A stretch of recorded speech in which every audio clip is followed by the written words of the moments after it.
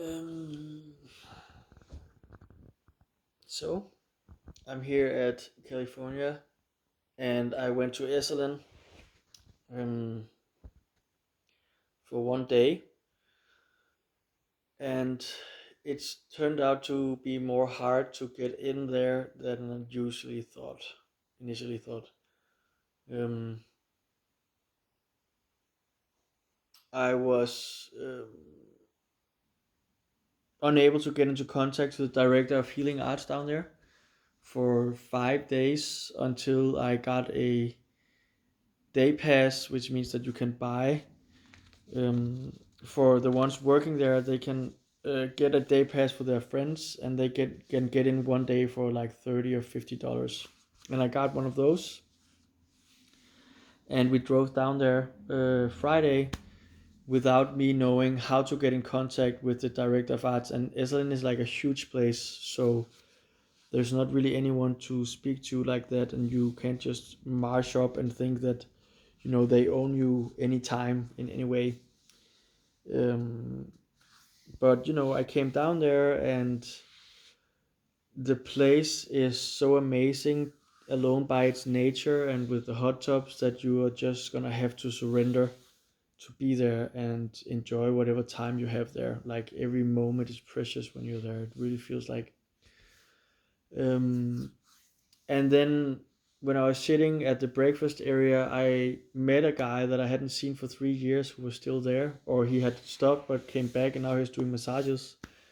And he helped me email Dr. Strummond, who then would, uh, then I didn't know if he would answer back, so I just asked the kitchen if they needed someone to work there.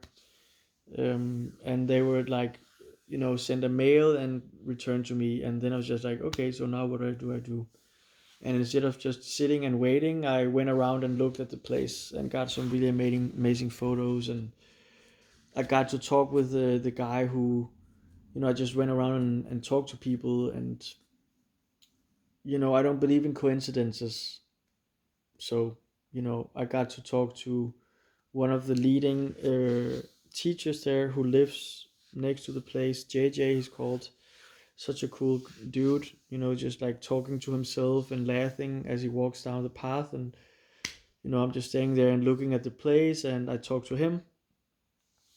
And he says that we talk about, why is it that some places in nature are more special than other places. um, and it has to do with, that California is like a pretty dry place, but this area has four sources of water. There are like hot springs, there's a creek, there's the ocean, and then there's the fog coming in. And all these elements together, they just lure animals and plants to this area, and creating like an oasis kind of. And it was not for, like without reason that the indigenous Esalen people would hang around there, and you could still see traces from where they would grind their acorns in the rocks for so many thousand years that they would have like a carved down in the granite. Um, and another guy I talked to was the one doing the working as a gardener in the fields, who would, one second, I just need to put the phone in the charger.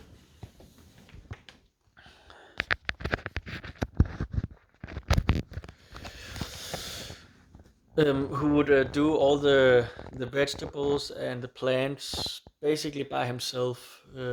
It's a big job. It's a full-time job being the gardener. That's for sure. And when I came back for lunch, then to my luck, Douglas had answered the email they told me, and he would meet me at 1 o'clock.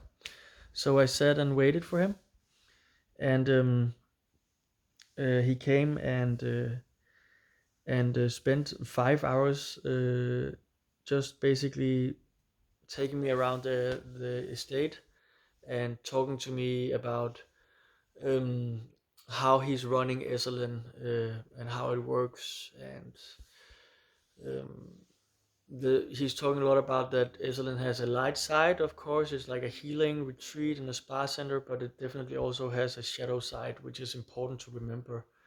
So you just don't go there and work with a place like that thinking that it's all perfect. A part of the process is that of a place like that is that there is, a dark place or a dark shadow. Some of the founders would be, like in the 60s and 70s, they would be abusive to the women. Um, and there would be people were doing acid, running around naked, having sex on the field, and that's cool, but that also meant that some of them would jump off the cliffs in acid trips and commit suicide. And nevertheless, Esselen has survived all these things, and it really been the epicenter, like the center of holistic and alternative research from you know big scientists, big professors from Ivy League style, Harvard, Stanford, all these things around the world. They would go to Esalen and they would teach there. And you have some really, really wealthy, loaded people who, within the American system, who will suddenly drop everything that they have in their hands and just go to Esalen and work there instead, and decide to volunteer and do all this free work. It's a very special place, and you feel very just like a tiny, tiny piece of the puzzle when you're there. So like in the end, I told him like, so can I work here and what's not? And he was like, yes, but there is this LEAP program which costs almost $3,000, and then you can live there for a month, and work 20 hours a day and attend workshops. 20 hours a week and attend their workshops as well. So that's like their new volunteer program. And I don't think that those money is covering just because they want to get rich. It's a non-profit. The money goes to also all the what do you call that, jurisdictions and liabilities from having people working there, like if they're damaged, and lawsuits. And it's just a different world over there, and you have to remember that people like lawyers and the team of this, they have to get paid as well. So it's a really, really big institution, with over 60 people, staff just on ground, and probably another 20 people working outside, not located at the place. That's 80 people who's getting paid full time. That's a lot of money. Obviously, Yggdrasil is not going to start there, but it's just cool to see, like how big that place is. It took me 5 hours to just walk around the place and see some of it. It's so big, and there are so many different areas.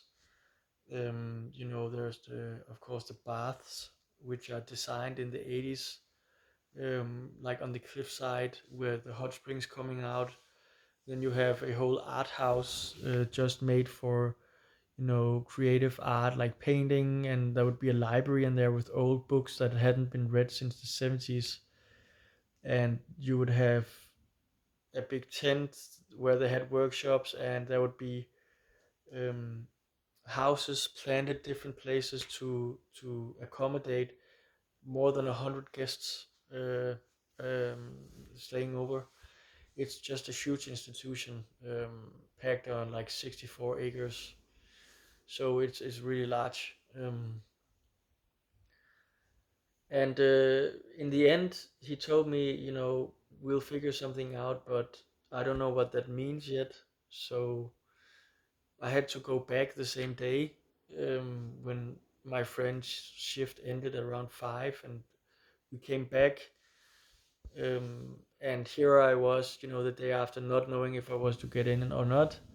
And that was yesterday. So I meditated on it, and I looked at my um, bank account, and I have money enough to pay for a leap. So I think I'll spend the money on that, but that's not all. It also has to time with, if they have a spot, you have to apply for it. And one of the leaps just started 1 week ago, and it's difficult to talk to people down there. So I might write an email Douglas tomorrow morning. I did one email to him just out of gratitude and just writing to him how much I appreciated him taking the time to guide me and coach me and taking me in for a day, and kind of just left it there.